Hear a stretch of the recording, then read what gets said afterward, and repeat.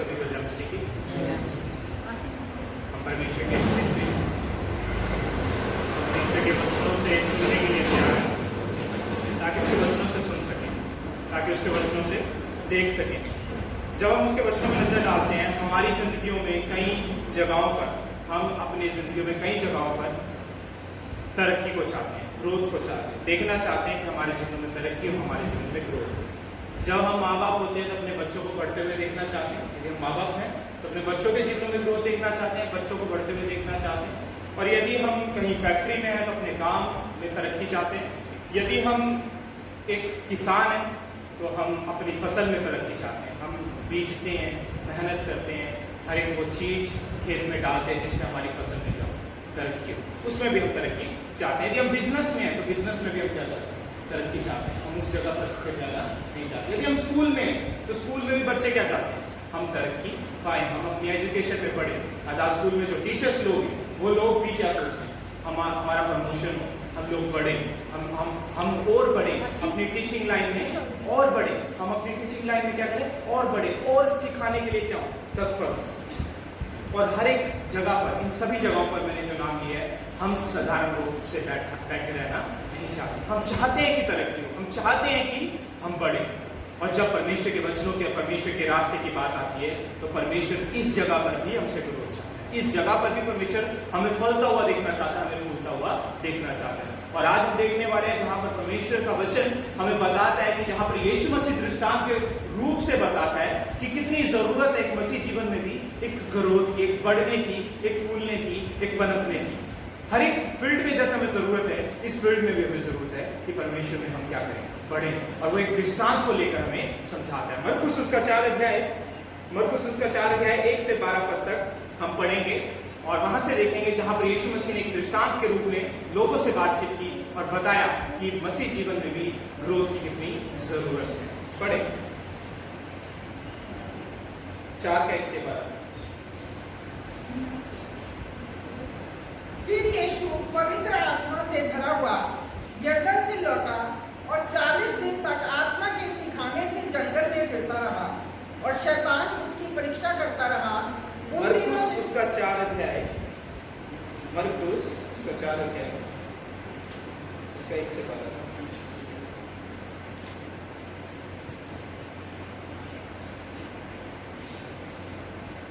फिर वह झील के किनारे उपदेश देने लगा और ऐसी बड़ी भीड़ उसके पास इकट्ठी हो गई कि वह झील में एक नाव पर चढ़कर बैठ गया और सारी भीड़ भूमि पर झील के किनारे खड़ी रही। और वह उन्हें दृष्टांतों में बहुत सी बातें सिखाने लगा और अपने उपदेश में उनसे कहा, सुनो, एक बोने वाला बीज बोने निकला। बोते समय कुछ मार्ग के किनारे गिरा और पक्षियों ने आकर उसे चुग लिया।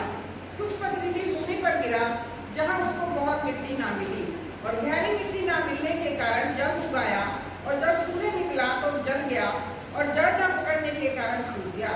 कुछ झाड़ियों में गिरा और झाड़ियों ने बढ़कर उसे दबा दिया और वह फल ना लाया। परंतु कुछ अच्छी भूमि पर गिरा और वह उगा और बढ़कर फलवंत हुआ और कोई 30 गुना, कोई 60 गुना और कोई 100 गुना फल लाया। तब उसने कहा, जिसके पास सुनने के लिए कान हो वह सुन ले। जब वह अकेला रह गया तो उसके साथियों ने उन 12 समेत उससे इन दृष्टांत के विषय में पूछा। उसने उनसे कहा, तुमको तो परमेश्वर के राज्य के भेद की समझ दी गई है, परंतु बाहर वालों के लिए सब बातें दृष्टांतों में होती हैं, इसलिए कि वे देखते हुए भी देखें और उन्हें सुनाई ना पड़े और सुनते हुए सुने भी और ना समझे, ऐसा ना हो कि वे फिरे और क्षमा किए जाएं। आइए प्रार्थना करें। धन्यवाद महासमय के परमेश्वर समय के लिए, जबकि हम तेरे वचनों में नजर डालते हैं, तेरा आत्मा हमारी मदद और सहायता करे ताकि हम तेरे वचनों को अच्छे से समझ पाएं। प्रत्येक व्यक्ति जो यहाँ पर बैठा है अपने हृदय को परमेश्वर तैयार करे। परमेश्वर जो भी इन वचनों को सुनता है प्रभु, उन्हें अपने हृदय को तैयार करे ताकि तेरा आत्मा हमें समझने में बुद्धि और ज्ञान दे सके प्रभु, क्योंकि ये वचन तेरी समझ से ही समझे जा सकते हैं और तूने ही वो समझ हमें दी है, जैसे वचन ठीक तरीके से कहता है कि तुम्हें स्वर्ग के राज्य की समझ दी गई है प्रभु। सचमुच हमें समझ यदि दी गई है तो हम इसे समझ पाएंगे। प्रार्थना हम प्रभु यीशु मसीह के नाम से आमीन। मरकुस उसका 4 अध्याय 1 से लेकर 12 पद तक। जो यीशु मसीह है यहाँ पर वो झील के किनारे पर फिर से एक बार मरकुस की किताब में झील के किनारे पर है। ऐसा मुझे प्रतीत होता है कि यीशु मसीह को उस जगह पर जाकर प्रचार करना बहुत ज्यादा अच्छा लगता था कि फिर से यीशु मसीह झील के किनारे पर। और फिर से वही चीज होती है जो पहले हमने देखी कि यहाँ पर झील के किनारे पर यीशु मसीह फिर से कहता है एक नाव को मेरे लिए क्या करो, तैयार करो। उस नाव में बैठकर दूर हो जाता है, फिर से प्रचार करने की कोशिश करता है, फिर से प्रचार उन लोगों को करता है। अर्थात इस प्रचार में परमेश्वर एक दृष्टांत लेता है। ये क्या लेता है? एग्जाम्पल लेता है, एक दृष्टांत लेता है। दृष्टांत का मतलब क्या होता है? संसारिक कोई कहानी जिसे लेकर आत्मिक चीज के बारे में बताया जाए। आपके जीवन में होने वाली कोई ऐसी बातें जो डेली आप देखते हो, उन बातों को लेकर परमेश्वर अपनी बात को, यीशु मसीह उस स्वर्ग की बात को लोगों को समझा रहा है। और एक बात याद रखें, जब इस दृष्टांत में परमेश्वर ने ऐसा कहा है, इस दृष्टांत में और सभी दृष्टांतों कि तुम्हें स्वर्ग के राज्य की समझ दी गई है, इसलिए तुम इसे पहचानो। याद रखना, ये दृष्टांत जिसे आज हम देखने वाले हैं, सभी मेरे लोग जरूरत है परमेश्वर की आत्मा, तब हम इसे समझ पाएंगे। नहीं तो कई बार ये हमारे सामने इंटरप्रिएट किया गया है, कई बार हमने इस वचन को सुना है, कई बार हमने पास्टर से सुना, कई बार खुद पढ़ा है और पता नहीं कैसे कंक्लूजन पर हम निकल कर आए। मुझे नहीं पता आपने क्या सोचा इस दृष्टांत से, इस बीच होने वाले दृष्टांत से, पर आज जब इस वचनों को सुनते हो तो एक जरूर एक बात अपने दिलों में कहना कि प्रभु मुझे इस वचनों को समझने का ज्ञान दे, क्योंकि स्वर्ग के राज्य की बातें तू ही दे सकता है, तू ही हमें समझा सकता है, तेरा आत्मा हमें समझा सकता है। तो यहाँ पर एक कहानी परमेश्वर ने लिखी है बीज बोने वाले की, कि बीज बोने वाला निकला और उससे कुछ बीज माँ के किनारे पर गिरे, कुछ पथरीली भूमि पर गिरे, कुछ झाड़ियों में गिरे, अर्थात कुछ अच्छी जगह पर गिरे। और उनका यहाँ पर बताया भी गया है कि विवरण आगे कि कैसे कैसे ये जो जगहों पर गिरे, क्या क्या हुआ वहां पर जब बीज गिरे। ये बीज यहाँ पर साधारण तौर से जब बाइबल में बताया गया, अगर आप देखोगे 4:13 से लेकर 20 तक, तो इसका परमेश्वर ने इसका दृष्टांत भी समझाया और इसका उत्तर भी दिया, क्या मतलब है इस दृष्टांत का। तो इसलिए ये थोड़ा सा तो हमें इस तरह लगना चाहिए जब हम इसे पढ़ते हैं, क्योंकि इसका उत्तर भी दिया गया है कि इस दृष्टांत का मतलब क्या है, उसका मतलब भी यहाँ पर दिया गया। तो हाँ, अब एक कहानी है जिसमें एक बीज बोने वाला है, वो बीज बोने निकला, कुछ सड़क पर गिरे, कुछ कहां पर गिरे, झाड़ियों में गिरे, कुछ पथरीली भूमि में और कुछ अच्छी भूमि में, और उनका विवरण दिया गया क्या हुआ उन बीजों के साथ। उससे पहले कि हम इस दृष्टांत पर नजर डालें, आइए इस चीज पर नजर डालें, ये दृष्टांत कहाँ क्यों गया, ये दृष्टांत यहाँ पर कहा क्यों गया। अगर आप पीछे जाते हैं जो हम देख रहे थे कि जिसमें हमने 4 अध्याय में देखा कि परमेश्वर यीशु मसीह उनसे कह रहा है, वो है मेरी माता, वो है मेरे पिता जो मेरी आज्ञाओं को क्या करते मानते। और पीछे जाओगे अगर 4 अध्याय में, तो वहां पर लिखा है कुछ लोग उसकी आज्ञा को मान नहीं लेते, फरीसी लोग, यहूदी लोग, वो लोग उसके वचनों को सुनकर ग्रहण नहीं कर रहे, वो यीशु मसीह को ग्रहण नहीं कर रहे थे। इवन सुनते हुए भी उनके जीवनों में भी वो बीज डाला गया था, पर वो ग्रहण नहीं कर रहे थे। वो उनमें से, उन 3 भूमि में से कुछ लोग थे जो पहली 3 भूमि क्या करेंगे बताइए, वो अच्छी भूमि के लोग नहीं थे। इन लोगों के साथ परमेश्वर बातचीत कर रहा था, और ऐसा दृष्टांत कहता है क्योंकि लोगों के दिमाग में, पढ़ने वालों के दिमाग में, अर्थात उस समय के लोगों के दिमाग में जिनसे यीशु मसीह बात कर रहा होगा, ये जरूर आया होगा, आखिर क्यों यीशु मसीह को इतना महान परमेश्वर होते हुए भी लोग स्वीकार नहीं कर रहे, इसलिए उसने दृष्टांत कहा यहाँ पर। तो उन लोगों के लिए जो इस बीज को ग्रहण नहीं कर रहे थे, इस बीज को अर्थात जो परमेश्वर का वचन है उसे अपने जीवनों में जाने नहीं दे रहे थे, उसे लागू होने नहीं दे रहे थे, उसे संभाल नहीं रहे थे, उनके लिए ये दृष्टांत एक तरीके की क्या थी, चेतावनी थी। और चेतावनी कैसी थी? भयंकर चेतावनी थी, जिसके साथ परमेश्वर ने उसका प्रतिफल भी बताया था। यदि तुम्हारे जीवनों में वचन तुम ग्रहण नहीं कर रहे तो क्या होगा, कहां हो तुम लोग अगर तुम ग्रहण नहीं कर रहे, कौन सी भूमि में हो तुम लोग जब तुम परमेश्वर के वचनों को सुनकर भी अपने जीवनों में से कार्य करने नहीं दे रहे, उसे पनपने नहीं दे रहे, तो तुम कौन सी भूमि में हो। ये वार्निंग था उन लोगों के लिए। साथ ही साथ अच्छी भूमि भी यहाँ पर दी गई है।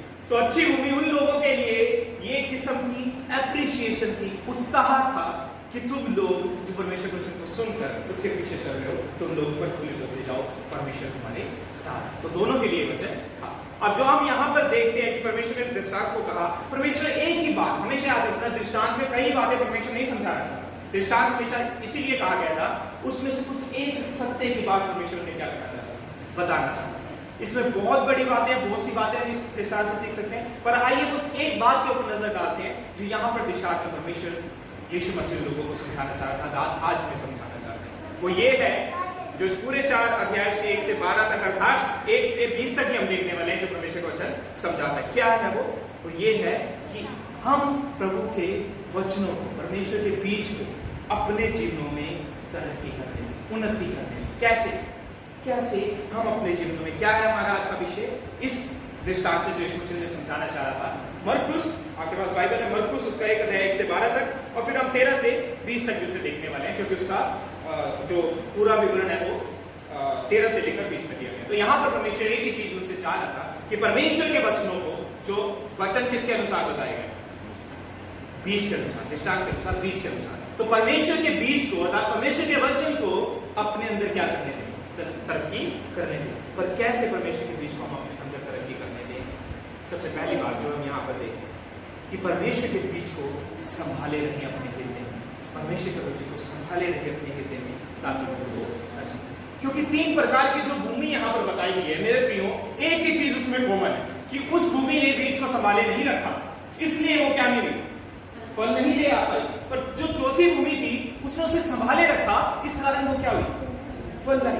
हम यदि परमेश्वर के वचन को अपने हृदय में समाये रखें तो बखूबी धीरज के साथ वो हमारे जीवनों में क्या लाएगा, फल लाएगा, हम उसके अनुसार कर पाएंगे। पर यदि हम उसे संभाले नहीं रखेंगे, कदापि हम उस अच्छी भूमि में शामिल नहीं हो सकते। बहुत जरूरत है हमें उन वचनों को क्या रखने की, संभाले रखने की। पर परमेश्वर का वचन यहाँ पर खत्म नहीं करता, यीशु मसीह यहाँ पर खत्म नहीं करता। वो कहता है इसे संभाले रखने में बहुत सा संघर्ष है, इस बीज को संभाले रखने में बहुत सा संघर्ष है जो तुम्हें फेस करना होगा। जो 3 प्रकार की भूमियां फेस कर रही हैं, चौथी भी कर रही है, पर चौथी प्रफुल्लित हुई तो 3 प्रकार की भूमि प्रफुल्लित नहीं। ये दृष्टांत में ये भी समझाता है कि जितने भी लोग यीशु मसीह को सुन रहे थे, सभी उसके पास आने वाले नहीं थे, सभी उस चीज पर विश्वास करने वाले नहीं थे कि वो उद्धार करता है, सभी उस चीज के पीछे चलने वाले नहीं थे कि वो मसीह और उसी के पीछे में चलना है, क्योंकि वो 3 प्रकार की भूमि में से थे जो सुन नहीं रहे थे, और चौथी प्रकार की भूमि से सुन रहे थे। तो हम इस जब दृष्टांत में नजर डालते हैं तो पहली बात जो मैंने आपको यहाँ पर बताई है, हमारा विषय है कि परमेश्वर के वचन को अपने जीवन में तरक्की करने दे। कैसे करने दे? परमेश्वर के वचनों को अपने जीवन में क्या रखें, संभाले रखें। पर मैं आप लोगों से कह रहा हूँ, इसे संभाले रखने में दिक्कतें हैं, मुसीबतें हैं। बीज का एग्जाम्पल ले लेते हैं, क्योंकि इसको यीशु मसीह ने फार्मिंग एक बीज के तौर पर समझाया, तो आइए उसी बीज से सीखने की कोशिश करते हैं। एक बीज को जब एक धरती में बोया जाता है, उस धरती के अंदर वो धरती की एक किस्म की एक धरती को फाड़ कर क्या होता है, उत्पन्न होता है। वो बीज का प्रोसेस होता है कि कई दिन तक उस बीज को धरती के अंदर क्या होना पड़ता है, रहना पड़ता है। एकदम से बीज बाहर निकल कर नहीं आता। जब वो धरती में होगा वो बीज, वो दबाया जाता है, वो कुचला जाता है, वो कितनी बार उसके ऊपर लोग पैर रखते होंगे, कितनी बार उसे पता नहीं कितनी प्रकार की परेशानी से उस बीज को क्या करना होगा, जाना होगा। और अंत जब 15-20 दिन उसके पूरे हो जाते होंगे, जब उसने सब कुछ सह लिया, तो बीज यदि टिका रहा वहां पर तो क्या होता है, फल रहा है। ऐसी परमेश्वर का वचन है, क्या हम उसे टिके रहने देते हैं अपने जीवन में, ताकि वो फल लाए, ताकि वो परमेश्वर के लिए फल लाए, ताकि वो उस मसीह के लिए फल लाए जिसने इसके शाम को कहा। अभी वो परमेश्वर का दास, यहाँ पर अगर आप पढ़ते हो मरकुस उसका 4 अध्याय 13 से लेकर यीशु मसीह ने दृष्टांत समझाता भी है कि क्या क्या परेशानियां होंगी, क्या क्या दिक्कतें आएंगी, और 3 प्रकार की भूमि से संभाल नहीं सकती। पर अगर हम फर्क नहीं दे और हम इन 3 प्रकार की भूमि में अर्थात चौथी प्रकार की भूमि में नहीं है, तो क्या है हमारे साथ? एक चीज तो जरूर है, यदि आज हम परमेश्वर के वचन को ग्रो नहीं करने दे, उसे संभाले हुए नहीं है हर एक परेशानी में। पहले नजर डाले थे परेशानी के ऊपर, फिर मैं इस बात के ऊपर आऊंगा कि परेशानियां कौन कौन सी हैं। 13 से लेकर 20 पद तक पढ़ देखो, ये ध्यान से आप लोग सुनो। फिर उसने उनसे कहा, क्या तुम ये दृष्टांत नहीं समझते? तो फिर और सब दृष्टांतों को कैसे समझोगे? बोने वाला वचन होता है जो मार्ग के किनारे है, जहाँ वचन बोया जाता है। ये वे है कि जब उन्होंने सुना तो शैतान तुरंत आकर वचन को जो उनमें बोया गया था उठा ले जाता है। वैसे ही जो पथरीली भूमि पर बोए जाते हैं, ये वे हैं जो वचन को सुनकर तुरंत आनंद से ग्रहण कर लेते हैं, परंतु अपने भीतर जड़ न रखने के कारण वे थोड़े ही दिनों के लिए रहते हैं। इसके बाद जब वचन के कारण उन पर क्लेश या उपद्रव होता है तो वे तुरंत ठोकर खाते हैं। जो झाड़ियों में बोए गए हैं वे हैं जिन्होंने वचन सुना और संसार की चिंता और धन का धोखा और अन्य वस्तुओं का लोभ उनमें समाकर वचन को दबा देता है और वह निष्फल रह जाता है। और जो अच्छी भूमि में बोए गए हैं, ये वे हैं जो वचन सुनकर ग्रहण करते और फल लाते हैं, कोई 30 गुना, कोई 60 गुना और कोई 100 गुना। अब इस यहाँ पर रीजन दिया गया, कारण क्यों परमेश्वर का वचन हमारे जीवनों में पनप नहीं पाता, अर्थात सब कुछ सुनते हुए भी हम तरक्की नहीं कर पाते? उसके कारण क्या है? सबसे पहला कारण, जो मार्ग के किनारे बीजा गया, वो बीज पड़ा रहा, फिर पक्षियों ने आकर उसे क्या कर लिया? चुग लिया था। जो शैतान को बताया गया कि शैतान ने आकर उसे क्या कर लिया? चुरा लिया। हम में से कुछ लोग ऐसे ही होते हैं जो परमेश्वर के वचन को अपने जीवनों में एक साधारण तौर पर पड़े रहने देते हैं, एक सिद्धांत के तौर पर पड़े रहने देते हैं कि ठीक है, अगर हमने परमेश्वर के भवन में जाकर ये सीखा है कि हमारा कोई नाजायज संबंध, गलत संबंध किसी ऐसे व्यक्ति के साथ नहीं होना चाहिए जो मेरे मसीह को नहीं जानता, हम उसे एक सिद्धांत के तौर पर ले लें। परमेश्वर कहता है तो क्या कहता है, तो कहने दो।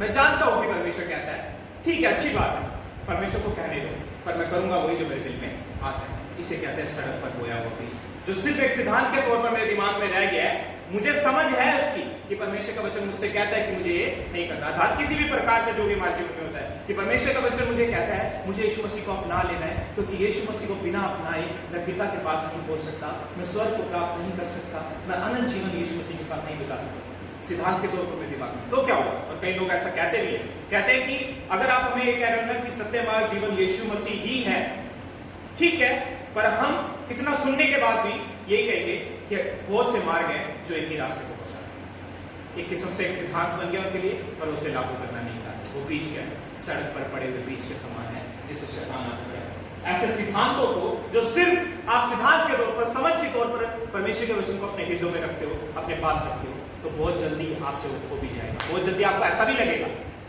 ऐसा लगेगा कुछ समय के लिए, ठीक है, परमेश्वर के वचन से मैंने सुना है, ये सब बातें मुझे नहीं करनी, ठीक है। आप कुछ समय के लिए क्या कर रहे हो? वो बीज पड़ा हुआ है आपके जीवन में, कुछ समय के लिए आप कह रहे हो ठीक है, परमेश्वर मुझसे कहता है, परमेश्वर मुझसे कहता है। एक समय ऐसा आएगा कि परमेश्वर आपसे नहीं कहता, ये स्थिति आपको पता चले। क्या आप समझने की कोशिश कर रहे हैं? बीज पड़ा है सड़क के ऊपर, तब तक वो रियलाइजेशन है कि ये बीज फलेगा, पर अगर बीज ही गायब हो गया तो कहां से फलेगा?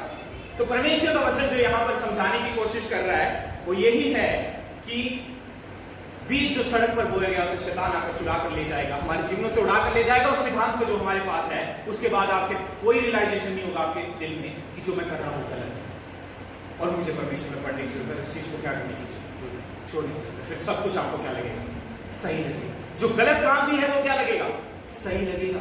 आपके जीवन में परमेश्वर की तरक्की नहीं हो सकती। सबसे पहली प्रॉब्लम जो परमेश्वर के जीवन वचन को संभालने में हमें आती है, जो हमें पनपने नहीं देता। दूसरी प्रॉब्लम, जो बीज पथरीली भूमि में बीजा गया उसके साथ ये प्रॉब्लम थी कि उसमें ना तो मिट्टी ज्यादा थी, जड़ वो अच्छी अंदर तक गया नहीं, और जब जड़ नहीं गई तो जब सूरज उगा तो उसको क्या कर दिया? भस्म कर दिया, जला दिया, क्योंकि ना तो जड़ उसके नीचे थी कि अगर जड़ नीचे होती तो सूरज की किरणों से वो क्या होता? फलता, क्योंकि जड़ नहीं थी तो क्या हो गया? मुरझा गया, पथरीली भूमि में, नीचे गहराई में नहीं गया।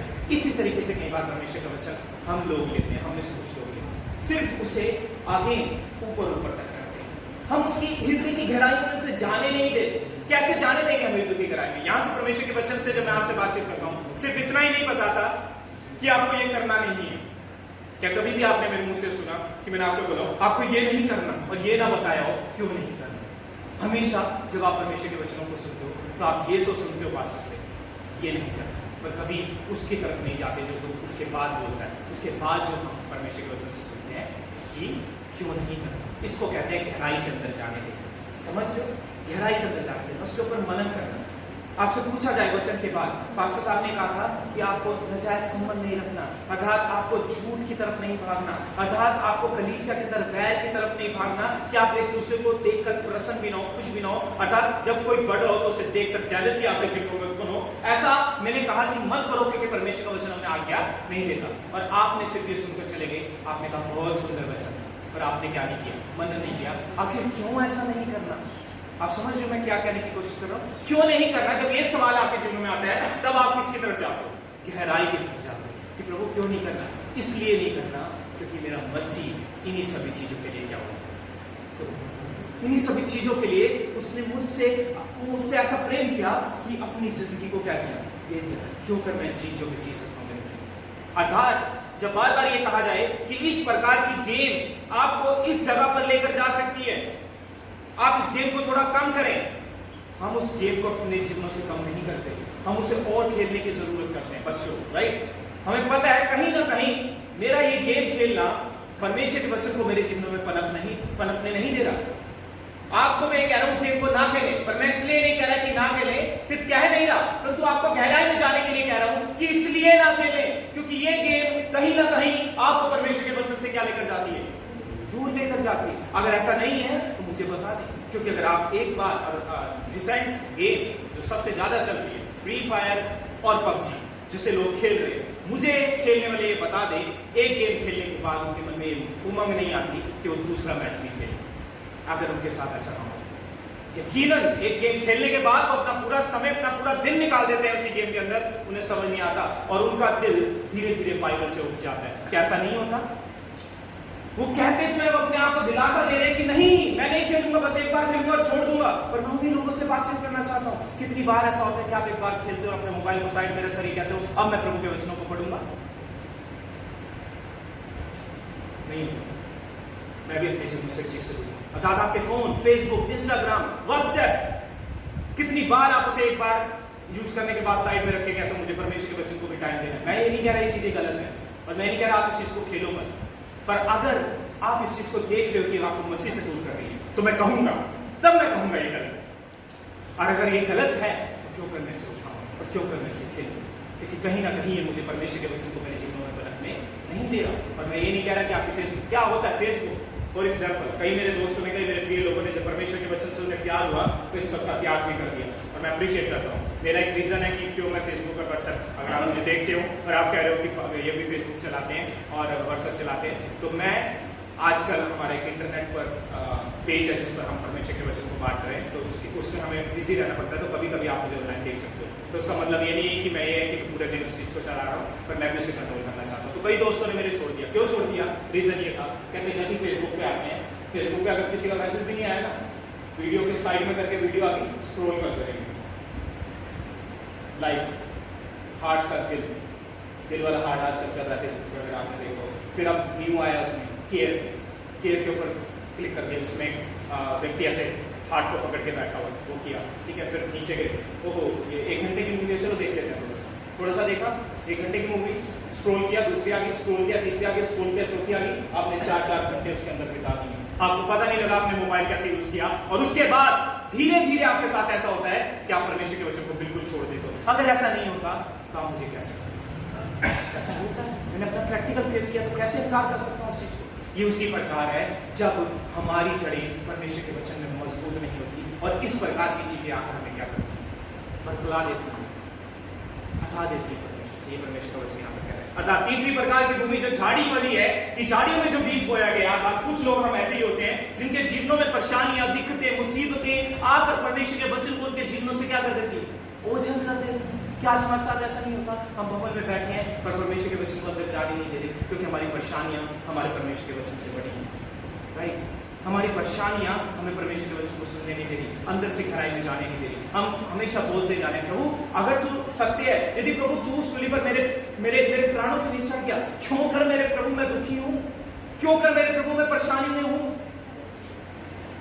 एक बीज को जो अच्छी भूमि में बोया जाता है उसे भी इस दर्दों से गुजरना पड़ता है, पर रीजन ये है कि उसकी बाहरी रूप से जो भी उसके ऊपर आता है वो उनमें क्या रहता है, स्थिर और संभाले रहता है। कितने हम में से उस भूमि के समान है जो बीज को अर्थात परमेश्वर के वचन को क्या रहते हैं, संभाले रहते हैं। ये परमेश्वर का वचन यहाँ पर बता रहा है। पर अगर कहीं ना कहीं मेरे प्रियो, आज जब आप परमेश्वर के वचन को सुन रहे हो, दृष्टांत को सुन रहे हो जो यीशु मसीह ने उन लोगों से कहा था, अगर आप परेशानियों की बात कहते हो, तो जब ये पत्र लिखा गया था, मैं आपको बताना चाहता हूँ, ये लोग जिनको लिखा गया था ये रोम में रहने वाले लोग थे और रोम में मसीह थे, और रोमी समाज इन लोगों के ऊपर यीशु मसीह पर विश्वास करने के कारण उनके ऊपर सताव डाल रहा था। जैसे सताव से आप नहीं गुजर रहे, उस सताव से ये लोग जा रहे थे जिन्हें ये पत्र लिखा गया था। कितना महत्वपूर्ण बन जाता है ये पत्र, और ये दृष्टांत पर्टिकुलरली उन लोगों के लिए जो दुखों से गुजर रहे थे, ये कहना इवन तुम्हारे दुखों में भी मसीह तुम्हारे साथ है, ये संतावना तुम्हारे लिए सबसे बड़ी है। इन दुखों में होते हुए भी झाड़ी के समान ना बनो कि जिसमें परमेश्वर का बीज बोया गया, अर्थात अपने जीवनों में उस वचन को टिकने दो, संभाले रहो और धीरज से फल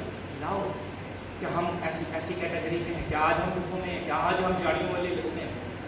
हमें उस भूमि बनना है जो संभाले रहे, अर्थात सभी रीजनों में, इन सभी कारणों में निकलते हुए परमेश्वर के वचन को क्या करें, ये खाने दे। अर्थात ये ना कहे कि मैं क्यों अपनाऊं यीशु मसीह को, मैं क्यों चलूं उसके पीछे, क्यों सुनते हुए भी परमेश्वर के वचन को मैं लागू करूं। इस चीज़ की बहुत ज़्यादा ज़रूरत है। और अगर आप ऐसा नहीं करते तो एक चीज़ आपको रिमाइंड करवा देना चाहता हूँ जो यीशु मसीह इस दृष्टांत में अपने चेलों को भी करवाई, अर्थात उन लोगों को भी जिनके लिए जरूरी थी। 10 से लेकर यदि आप 12 पद तक पढ़ते हो, मरकुस उसका 4 अध्याय 10 से 12 तक, एक चीज़ यहाँ पर दी गई है। उससे इन दृष्टांतों के विषय में पूछा। उसने उनसे कहा, तुमको तो परमेश्वर के राज्य के भेद की समझ दी गई है, परंतु बाहर वालों के लिए सब बातें दृष्टांतों में होती हैं, इसलिए कि वे देखते हुए देखें और उन्हें सुनाई ना पड़े, और सुनते हुए सुने भी पर और ना समझे, ऐसा ना हो कि वे फिरें और क्षमा किए जाएं। अब यहाँ पर जो लिखा गया है, यीशु मसीह का मतलब ये नहीं है और परमेश्वर का मतलब ये नहीं है। इस वचन से यीशु मसीह ये नहीं कहने की कोशिश कर रहा कि मैं उनको रोकूं। इन अ सेंस परमेश्वर उनको परमेश्वर के वचन को सुनने नहीं दे रहा। ऐसा पढ़ने के बाद हमें ऐसा समझ में आता है कि परमेश्वर ही तो है जो उनकी आंखों को बंद कर रहा है, परमेश्वर ही तो है जो उनके दिलों को बंद कर रहा है, परमेश्वर ही तो है जो उनको सुनने नहीं दे रहा। इसका मतलब परमेश्वर की गलती है, इसका मतलब हमारी कोई गलती नहीं अगर हम सुनते नहीं है। ऐसा नहीं है। ये एक संगीत चेतावनी थी जिसे परमेश्वर ने इस ढंग से प्रस्तुत किया उनके सामने, अगर तुम सुन नहीं रहे तो समझ लो तुम कैसी चीज में। और इसको अच्छे तरीके से यदि मैं समझा पाऊं तो ये है, आपने कई बार इस लैंग्वेज को पढ़ा होगा। मैं गहराई में जाना चाहता हूँ, थोड़ा मेरे साथ समझने की कोशिश करना, क्योंकि जब ऐसी बातें आती है तो कहीं ना कहीं हमारा दिमाग उधर उधर जाने की कोशिश करता है। इस चीज को समझने की बहुत ज्यादा जरूरत है। जब भी ऐसी लैंग्वेज यूज हुई है ना कि मैं उनकी आंखों को ऐसा बंद कर दूंगा कि वो देखते हुए नहीं देखेंगे, उनके कानों को ऐसा बंद कर दूंगा सुनते हुए नहीं सुनेंगे, उसका मतलब पता क्या है? उसका मतलब ये है कि जजमेंट फिक्स हो चुकी है, अब वो नहीं हो सकती। क्या आप समझ रहे हो? ये संगीनता बड़ी बुरी है। कहीं ना कहीं यदि आप ऐसी कैटेगरी में चलते जा रहे हो जहां परमेश्वर के वचन को बिल्कुल नहीं सुन रहे और कंटिन्यूली परमेश्वर के वचन की रिजेक्शन पवित्र आत्मा की तौहीन है, उस आत्मा की तौहीन है जिसे परमेश्वर को हम अपना नहीं रहे। यीशु मसीह को उद्धार करता सुनते हुए भी, मानते हुए भी सभी कारण हमें दे दिए गए कि यीशु मसीह उद्धार करता है और कोई नहीं, उसकी हम नहीं सुन रहे। तो एक बात मैं आप लोगों से क्या देना चाहता हूं, ये कंटिन्यूली रिजेक्शन है प्रभु यीशु मसीह की। आप बार बार परमेश्वर की क्या कर रहे हो, यीशु मसीह की क्या कर रहे हो? तौहीन कर रहे हो। और यीशु मसीह की तौहीन करना ही पवित्र आत्मा के खिलाफ पाप करना है, जिस पाप के विषय में बाइबल में लिखा है कोई क्षमा नहीं होगी। तो इसी कारण परमेश्वर का दृष्टांत और यीशु मसीह ने ही समझाने की कोशिश कर रहा है। बुद्धि ऐसी बंद हो जाएगी कि वो देख नहीं पाएगी, उनकी आंखें ऐसी बंद हो जाएंगी, देख नहीं पाएगी, बुद्धि ऐसी बंद हो जाएगी जो समझ नहीं पाएंगे, और कान ऐसे हो जाएंगे वो सुन नहीं पाएंगे, अर्थात परमेश्वर के वचन को अपने जीवन में संभाले नहीं रहेंगे, ग्रो नहीं करने पाएंगे, अर्थात वो नाश में चले जाएंगे, अर्थात उनका नाश हो जाएगा। इस कारण परमेश्वर का वचन यहाँ पर यूज कर रहा है। और यदि आपने कई जगह भजन संहिता में पढ़ा हो कि जो मूर्तों को पूजते, जिनकी ना तो आंख है, ना कान है, ना हाथ है, और वो जो उनको पूजते हैं वो भी उन्हीं के समान हो जाएंगे। अब यहाँ पर ध्यान से देना चाहिए, ये लोग साधारण रूप से, बाहरी रूप से तो मूर्तियों को नहीं पूज रहे, मूर्तियों को नहीं पूज रहे थे यहूदी लोग, ये परमेश्वर को ही मान रहे थे, पर इन्होंने अपने जीवनों में ऐसी मूर्तियां बना ली थी जो परमेश्वर से अलग है। क्या हमारे जीवनों में ऐसी मूर्तियां बन चुकी है जो परमेश्वर की जगह ले चुकी है? अर्थात परमेश्वर ने क्यों आज्ञा में कहा था तू कोई मूर्ति खोद कर मेरे लिए ना बनाना?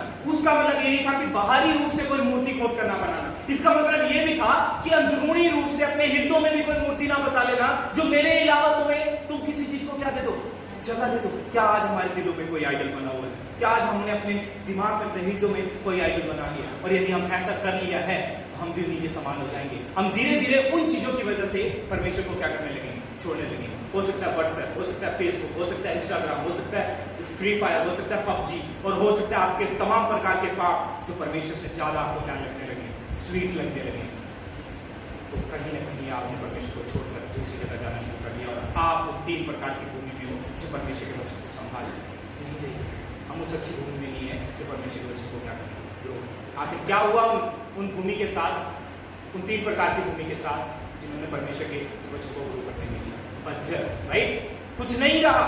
आज हमारी जिंदगियां भी यही होंगी यदि आज हम परमेश्वर के वचन को ग्रो करने नहीं देते। इस बात को याद रखना, यदि आज आप परमेश्वर के ग्रेस अनुग्रह को सुनते हुए आए हो तो प्रिय परमेश्वर के लोगों, मैं आपसे यह भी कहना चाहता हूं, इस बात को भी ध्यान रखें कि वो बंजर कर देने वाला परमेश्वर भी है। उसने सदोम और अमोरा को कदापि नहीं बख्शा जब उसने देखा कि वहां पर पाप है। उसने निनवे को कदापि नहीं बख्शा जब उसने देखा कि वो लोग पाप कर रहे थे। उसने उन लोगों को कदापि नहीं बख्शा जिन लोगों ने नए नियम में भी आकर, कई लोग बोलते हैं पुराने नियम में ऐसा हुआ, नए नियम में भी आकर प्रेरितों के काम 5 अध्याय में परमेश्वर के भवन में आकर झूठ बोला और उसी समय उसी खड़े हो क्या हो गए, मर गए।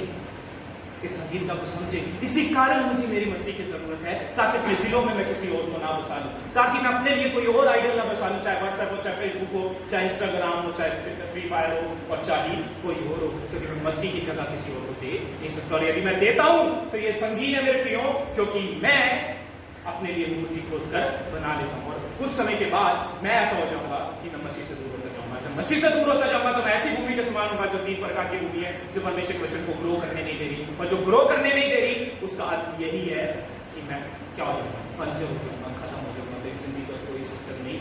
अर्थात मेरे लिए एक ही चीज रहती है, परमेश्वर से सदा सदा की क्या दूरी। और जब परमेश्वर से सदा सदा की दूरी होगी ना, आप खिलाओगे, आप रोगे, आप दांतों को पीसोगे।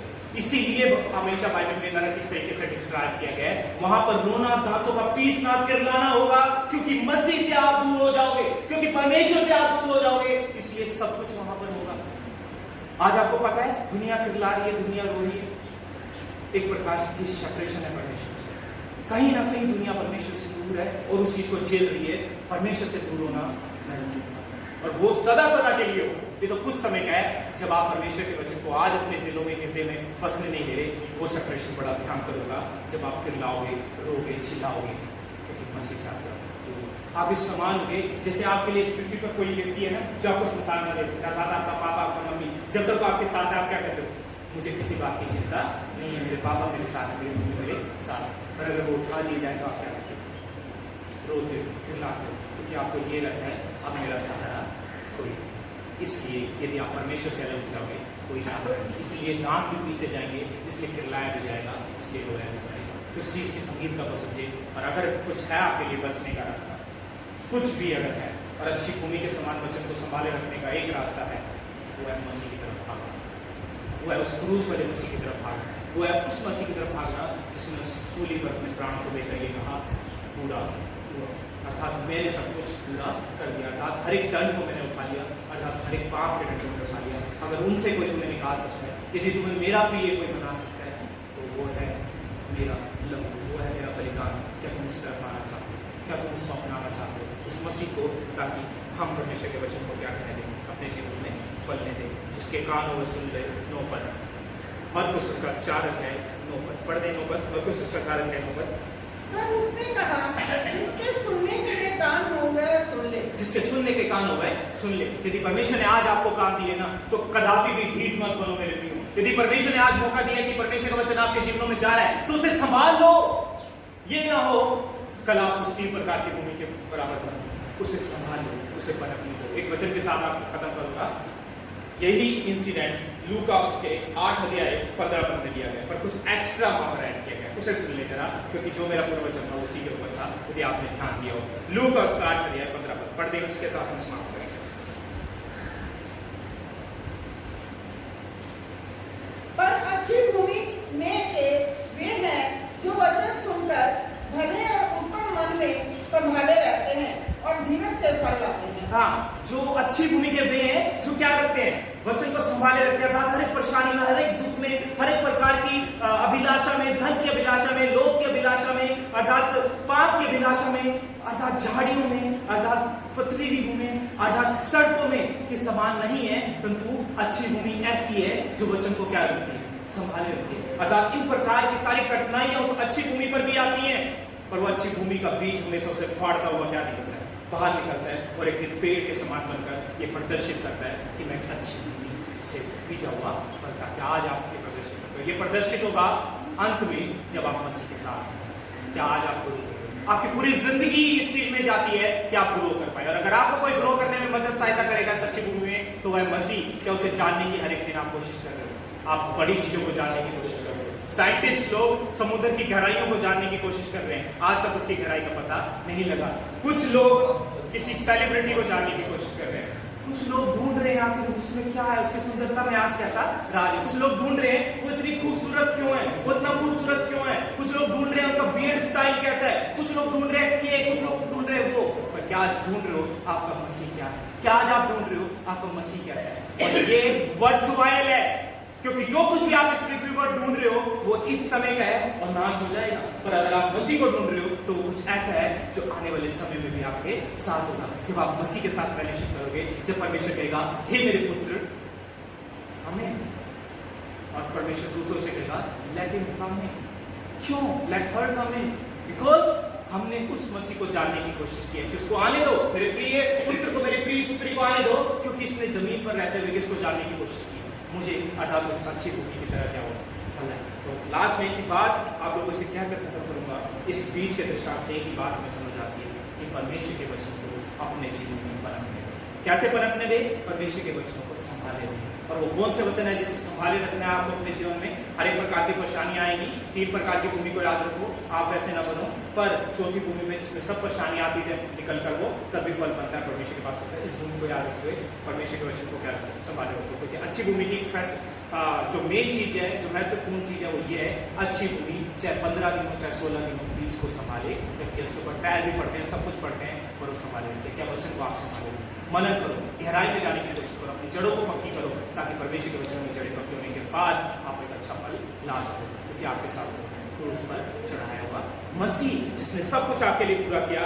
अर्थात सिर्फ ये कहता है कि पानी भी मैंने डाल दिया, मैंने सींच भी दिया, मैंने खोद भी दिया, मैंने हर एक प्रकार की खाद तुम्हें दे दी, मैंने पूरा किया। अब तुम्हारे लिए सिर्फ इतना ही है कि तुम इस बीज को क्या संभाल लो, अपने प्रभु यीशु मसीह के उस बलिदान को मैं कहूँगा अपने अंदर समाये रखो। आपको पता है, जब मैं हर एक प्रकार, मैं अपनी जीवन से एग्जाम्पल इसलिए देता हूँ ताकि आप समझ पाओ। जब मुझे हर एक प्रकार की टेम्पटेशन आती है ना, जो टेम्पटेशन से आप गुजरते हो, ये व्यक्ति जो यहाँ से खड़ा होकर बोल रहा है ये भी गुजरता है, ऐसा मत समझे कि मैं नहीं गुजरता। तभी आपको बता रहा हूँ कि आप कैसे पार कर सकते हो। जब मुझे किसी भी प्रकार की टेम्पटेशन आती है, मेरा ध्यान एक ही चीज की तरफ जाता है, ना अपने पापा की तरफ, ना अपनी मम्मी की तरफ, ना ही संसार की तरफ। एक चीज की तरफ जाता है, वो है क्रूस, वो है सलीब। और उस सलीब पर मुझे एक ही चीज नजर आती है कि यीशु मसीह का लहू इसलिए बाहर गया था क्योंकि मेरे बाप दादाओं ने अर्थात आदम और हव्वा ने एक ऐसा पाप किया था जो परमेश्वर की इच्छा के खिलाफ था।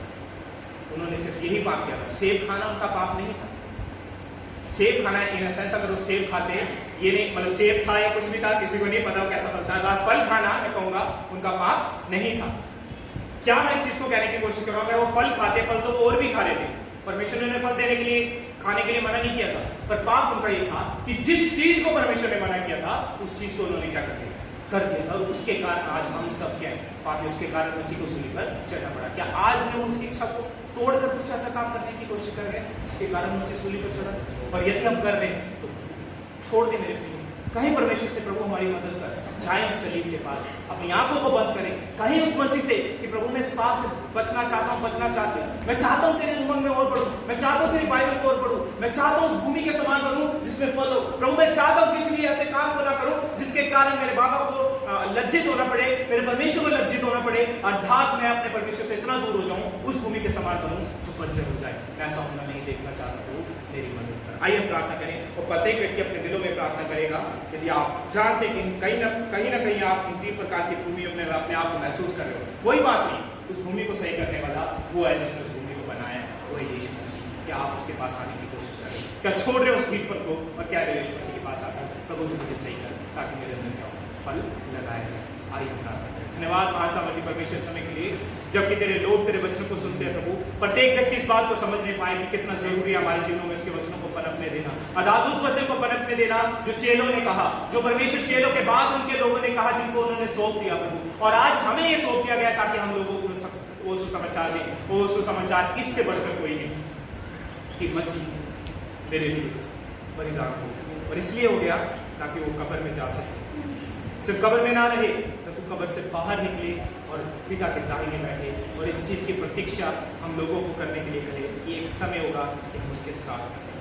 आज हमारे लिए परमेश्वर पिता के सामने विनती करता है कि हमारे हर एक प्रकार की प्रार्थना कीजिए। यदि हम किसी भी प्रकार से उस भूमि में से हैं प्रभु, जो किसी भी प्रकार से फल लाने की कोशिश नहीं कर रहे हैं, आप दूसरी परेशानियाँ, दूसरे कारण हमें रोक रहे हैं, वो तेरे वचन को संभाले रहे हैं, होने दे परमेश्वर।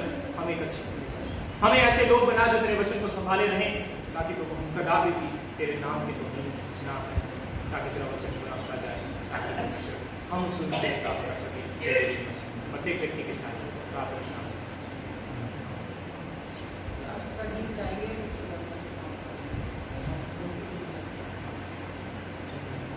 आज सिया दीदी के पोते का जन्मदिन भी है, और हम लोग जब गीत लास्ट का गा के उसके लिए भी प्रार्थना करेंगे। और इन्होंने आपको समोसों की पार्टी दी है सबको, तो उसके बाद समोसे भी आपको देंगे, और उस बच्चे के लिए प्रार्थना भी करेंगे इस गाने के बाद और इसी में से इच्छा मांगेंगे।